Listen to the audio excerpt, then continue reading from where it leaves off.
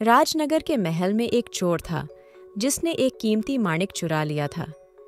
किसी को नहीं पता था कि चोर कौन है। चोर ने सभी को इतना धोखा दिया था कि उसके बारे में केवल यही पता चला था कि वह महल में ही रहता था। राजा ने चोर की पहचान उजागर करने का निर्णय लिया और एक बुद्धिमान बौने की मदद मांगी, जो अपनी बुद्धि के लिए प्रसिद्ध था। बौना महल में घूमता और सुनता रहा जब तक कि एक और चोरी नहीं हो गई।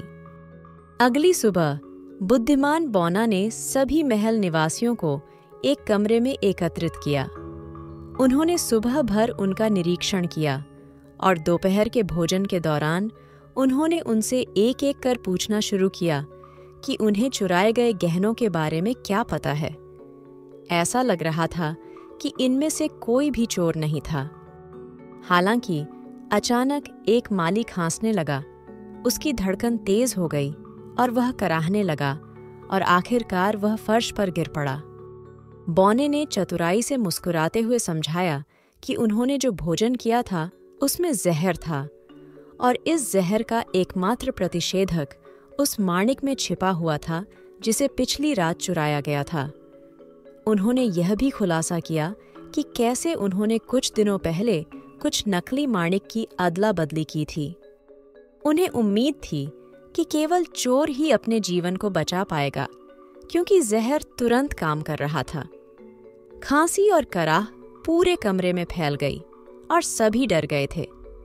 सिवाय एक के, सभी को उन गहनों और माणिक को ढूंढने में देर नहीं लगी जहां नौकर ने उन्हें छिपाया था। अगर वह इसे खोलने और उसके अंदर से अजीब तरल पीने में सफल होता तो ही वह अपने जीवन को बचा पाता। माली वास्तव में बौने के सहायकों में से एक था और जहर थोड़ी देर के लिए कुछ तेज दर्द पैदा करने के लिए तैयार की गई औषधि से ज्यादा कुछ नहीं था। लेकिन चोर अब पकड़ा गया था और उसे सैनिकों द्वारा गिरफ्तार कर तुरंत अदालत में ले जाया गया।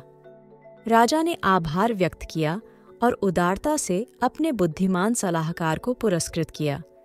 जब उन्होंने बौने से पूछा कि उसका रहस्य क्या है, तो बौने ने मुस्कुराया और कहा, मैं केवल उस व्यक्ति को जानने की कोशिश करता हूं जो सच बोल सके। राजा ने कहा, और इसे कौन जानता था? अगर चोर ने सभी को धोखा दिया था तो सभी को धोखा नहीं दिया गया था। एक व्यक्ति सभी को धोखा दे सकता है, लेकिन कोई भी खुद को धोखा नहीं दे सकता।